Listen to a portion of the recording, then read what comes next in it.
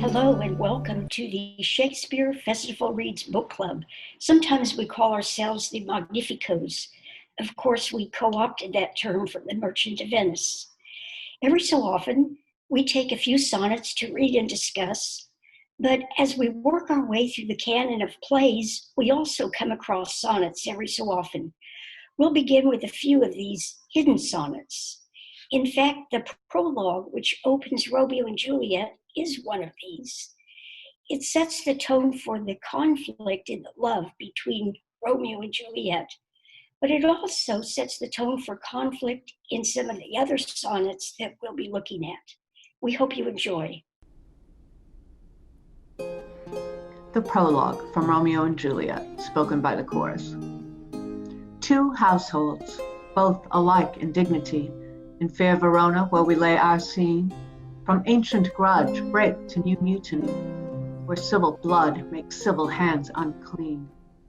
From forth the fatal loins of these two foes, a pair of star-crossed lovers take their life, whose misadventured, piteous overthrows doth with their death bury their parents' strife. The fearful passage of their death-marked love, and the continuance of their parents' rage, which, but their children's end, naught could remove, is now the 2 hours' traffic of our stage, the which, if you with patient ears attend, what here shall miss, our toil shall strive to mend. Those desiring a refresher about our star-crossed lovers, Romeo and Juliet, we learn that Romeo, of the family Montague, believes he is in love with Rosalind, niece and master of the opposing house Capulet. After a humorous mix-up, Romeo and friends learn about a party to be thrown by the Capulets, where there will be Rosalind, but also, as it turns out, Juliet. As we come to the close of the first act, Romeo and friends crash the party wearing masks so as to not be identified as Montagues. But instead of Rosalind, Romeo sees Juliet, is struck by her beauty, and declares that he did not love till now. The tension between the warring Montagues and Capulets is heightened as Romeo and Juliet speak, touch, and kiss for the first time. It is a poignantly intimate moment that Shakespeare captures by the means of the following sonnet. Romeo begins. If I profane with my unworthiest hand this holy shrine, the gentle sin is this: my lips, two blushing pilgrims, ready stand to smooth that rough touch with a tender kiss. Good pilgrim, you do wrong your hand too much, which mannerly devotion shows in this. For saints have hands that pilgrims' hands do touch, and palm to palm is holy palmer's kiss. Have not saints lips, and holy palmers too? Aye, pilgrim, lips that they must use in prayer. Oh then, dear saint, let lips do what hands do. They pray, grant thou, lest faith turn to despair. Saints do not move, they'll grant for prayer's sake. Then move not, while my prayer's effect I take. And then they kiss. I'm going to read the prologue to Act 2, which is in fact the chorus, but it is a sonnet, and it will set the stage for what is going to happen next in this play.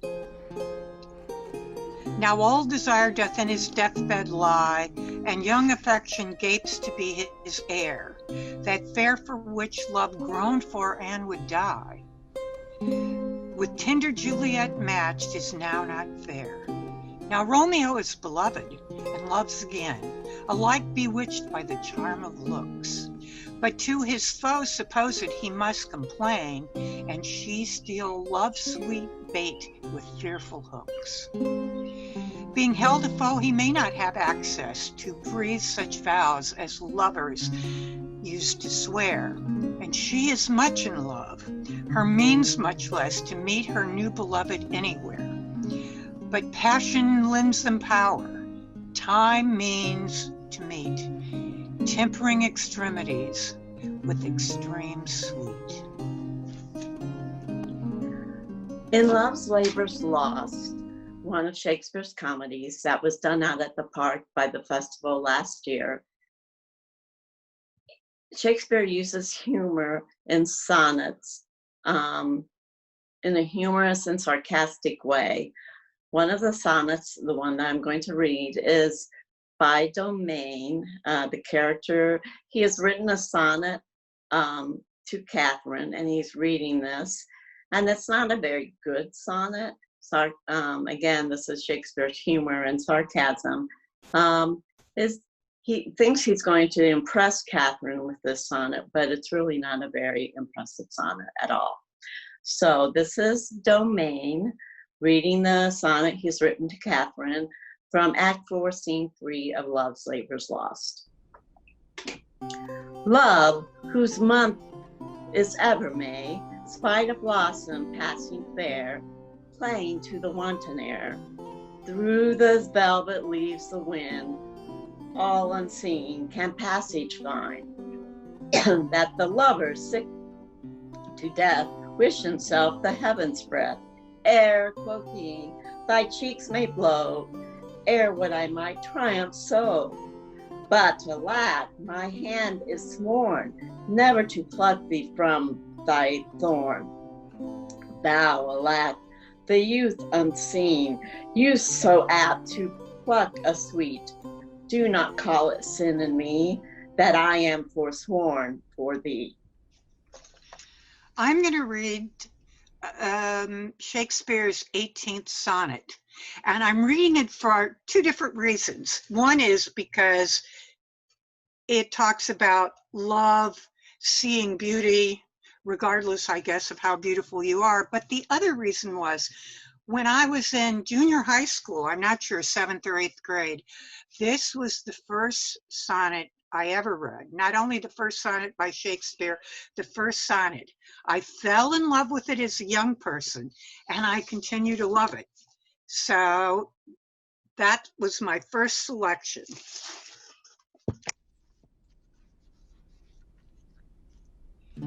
Shall I compare thee to a summer's day?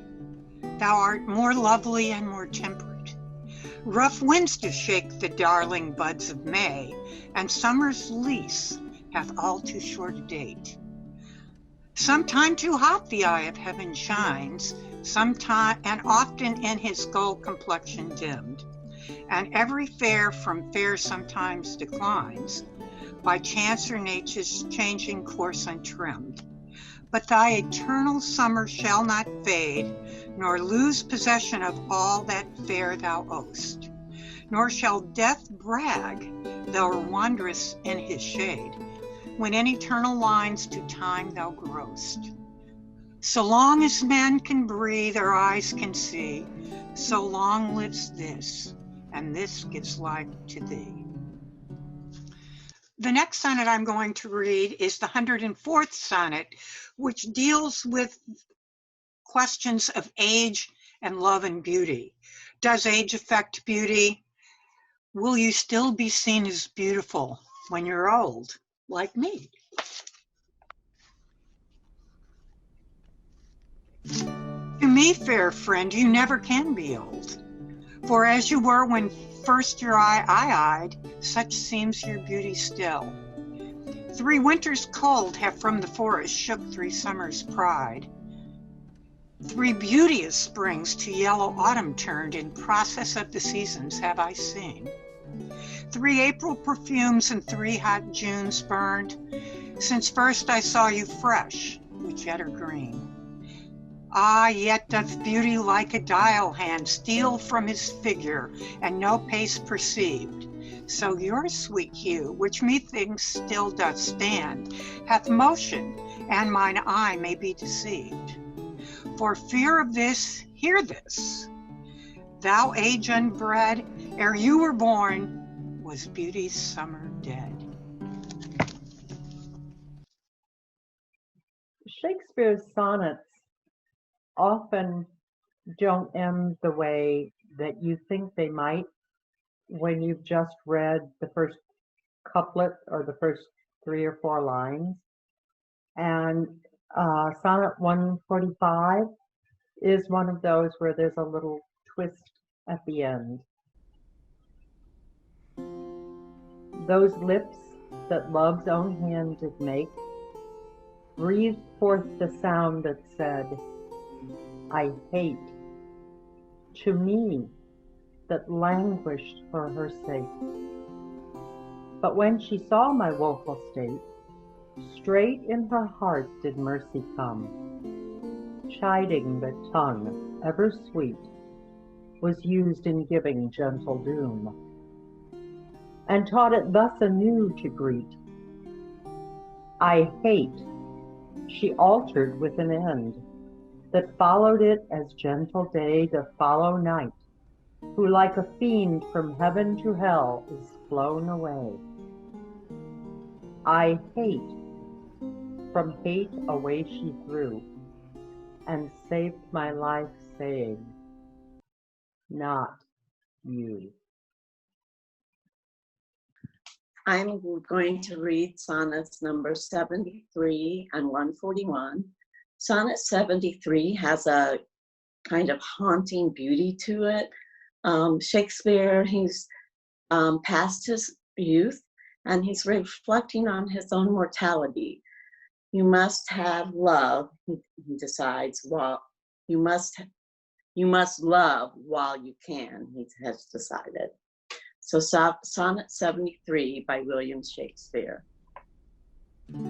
That time of year thou mayest in me behold, when yellow leaves, or none, or few, do hang up on those boughs that shake against the cold, bare ruined choirs where late the sweet birds sang. In me thou seest a twilight of such day, as after sunset fadeth in the west, which by and by black night doth take away, death's second self that seals up all unrest. In me thou seest a glowing of such fire, that on the ashes of his youth doth lie, as the death bed whereon it must expire, consumed with that which it was nourished by. This thou perceivest, which makes thy love more strong, to love that well which thou must leave ere long. Sonnet 141. Shakespeare is expressing his desire for a woman that, despite all of her flaws, and apparently he's aware of those, he still is enthralled with her, but he suffers from conflicting his physical senses for and feelings and intellect for her versus his heart. Sonnet 141 by William Shakespeare. In faith, I do not love thee with mine eyes, for they in thee 1,000 errors note, but 'tis my heart that loves what they despise, who in despite of you is pleased to dote. Nor are mine ears with thy tongue's tune delighted, nor tender feeling to base touches thrown, nor taste nor smell desire to be invited to any sensual feast with thee alone. But my 5 wits, nor my 5 senses can dissuade one foolish heart from serving thee, who leaves unswayed the likeness of a man, thy proud heart's slave and vassal wretch to be. Only my plague, thus far I count my gain, that she that makes me sin awards me pain. There's a series of sonnets in which the poet doggedly tries to get a bachelor to marry. Probably the reason behind that is the idea is that if the bachelor dies with all his gifts of beauty, intelligence, admirable traits of character, if he dies, those beautiful gifts die with him. But if he marries and has a child, those gifts live on. This is the case in Sonnet 2, where the poet says to the bachelor, now what's going to happen to your beauty when you get old? If people ask you where your beauty is and all you say is, it's in my own eyes, well, that's kind of a useless kind of praise. But if you get married and have children, beauty will live on in your child. And when your own blood gets old or cold, it will feel warm in your child. Sometimes in the sonnets, I find a line or two that I think would make a great birthday greeting headline. And this was the case with this particular sonnet, because the first two lines, I think, would be a wonderful, fun, good-natured birthday greeting for your best friend's 40th birthday. This is Sonnet 2. When 40 winters shall besiege thy brow, and dig deep trenches in thy beauty's field, thy youth's proud livery, so gazed on now, will be a tattered weed of small worth held. Then being asked where all thy beauty lies, where all the treasure of thy lusty days, to say within thine own deep sunken eyes were an all-eating shame and thriftless praise. How much more praise deserved thy beauty's use, if thou couldst answer, this fair child of mine shall sum my count and make excuse, proving his beauty by succession thine. This were to be new made when thou art old, and see thy blood warm when thou feelst it cold. I'll be sharing with you two sonnets, the first of which is Sonnet 27. I chose this one because when I kind of discovered it or rediscovered it a few years ago, I was really struck. It just resonated deeply with me, the idea of the poet is exhausted from the day's work, yet can't sleep, because even though the body is exhausted, the head is turning and spinning and thinking about the person he loves or she loves, in my case. So here we go, Sonnet 27. Weary with toil, I haste me to my bed, the dear repose for limbs with travel tired. But then begins a journey in my head to work my mind when body's work's expired. But then my thoughts, from far where I abide, intend a zealous pilgrimage to thee, and keep my drooping eyelids open wide, looking on darkness which the blind do see, save that my soul's imaginary sight presents thy shadow to my sightless view, which, like a jewel hung in ghastly night, makes black night beauteous and her old face new. Lo, thus by day my limbs, by night my mind, for thee and for myself, no quiet find. The second piece I want to share is Sonnet 30. This is something that I just ran across in preparing for this little SHAKE20 production. And it's talking about the past and the way things were. And I feel it's just really seems to be so timely right now, in the pandemic and all the things that we've been doing where we maybe haven't been as close physically as we're used to, and things are just very different. So take a listen, see what you think. Sonnet 30. When to the sessions of sweet silent thought I summon up remembrance of things past, I sigh the lack of many a thing I sought, and with old woes new wail my dear time's waste.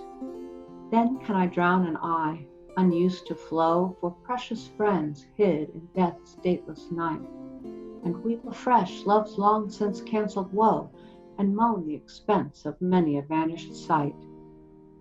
Then can I grieve at grievances foregone, and heavily from woe to woe tell o'er the sad account of poor bemoaned moan, which I new pay as if not paid before. But if the while I think on thee, dear friend, all losses are restored, and sorrows end. Sonnet 116 is about love and marriage, and may have a familiar ring for many of you. The first lines will unite love and marriage against impediments. As a father of 2 children, and who with their fiancés are facing the difficult challenges of what to do about marriage plans for 2020 during the coronavirus pandemic, what could be a more timely sonnet than 116? So to my children and their fiancés, and for so many others of you who are caught in the same predicament, I dedicate Sonnet 116. Let me not to the marriage of true minds admit impediments. Love is not love which alters when it alteration finds, or bends with the remover to remove. Oh no, it is an ever-fixed mark that looks on tempest and is never shaken. It is the star to every wandering bark, whose worth's unknown, although his height be taken. Love's not time's full, though rosy lips and cheeks within his bending sickle's compass come. Love alters not with his brief hours and weeks, but bears it out even to the edge of doom. If this be error, and upon me proved, I never writ, nor no man ever loved. And now, as they say, for something completely different. It is the light-hearted and comical Sonnet 135. I am this William Shakespeare Ensemble's William. Truly I am. Being a William, I'm also known as Bill, but have also had friends address me as Will. Will must have been Shakespeare's nickname, as in this sonnet to a woman acquaintance, he repeats the word will 13 times in the 14 lines of verse. Some scholars suggest that the absence of 14 for 14 leaves doubt that Will Shakespeare was successful in his quest, shall we say. Sonnet 135. Whoever hath her wish, thou hast thy will, and will to boot, and will in overplus. More than enough am I that vex thee still, to thy sweet will making addition thus. Wilt thou, those will is large and spacious, not once vouchsafe to hide my will in thine? Shall will in others seem right gracious, and in my will no fair acceptance shine? The sea, all water, yet receives rain still, and in abundance addeth to his store. So thou, being rich in will, add to thy will one will of mine to make thy large will more. Let no unkind, no fair beseechers kill. Think all but one, and me in that one will. Before we end with our finale sonnet for the evening, I'd like to invite all of you who enjoy Shakespeare, who love Shakespeare, love the work, to join us for the Shakespeare Festival Reads book group. We're open to all who are interested. You're welcome to drop in for any of our meetings. You needn't commit to coming monthly. We meet on the third Tuesday of each month. That's our normal schedule at Left Bank Books. Big shout out to Left Bank Books for being our home base for many years since we began, so we appreciate your help so much. And our next meeting then is June 16th at 7 o'clock, although we're probably will be a Zoom meeting once again. We're reading The Quality of Mercy by famed British director Peter Brook. And then on July 21st at 7 o'clock, hopefully in person, we will be talking about The Merry Wives of Windsor and Much Ado About Nothing in preparation for our fabulous 20th season in Forest Park. So I invite you to join us, and we'll leave you with our finale. For our finale, we are going to read Shakespeare's 66th sonnet. Tired with all of these for restful death I cry, as to behold desert a beggar born. And needing nothing, trimmed to jollity, and purest faith unhappily forsworn. And gilded honor shamefully misplaced, and maiden virtue rudely strumpeted. And right perfection wrongfully disgraced, and strength by limping sway disabled. And art made tongue-tied by authority, and folly doctor-like, controlling skill. And simple truth miscalled simplicity, and captive good attending captain ill. Tired with all of these, from these would I be gone, save that to die, I leave my love alone.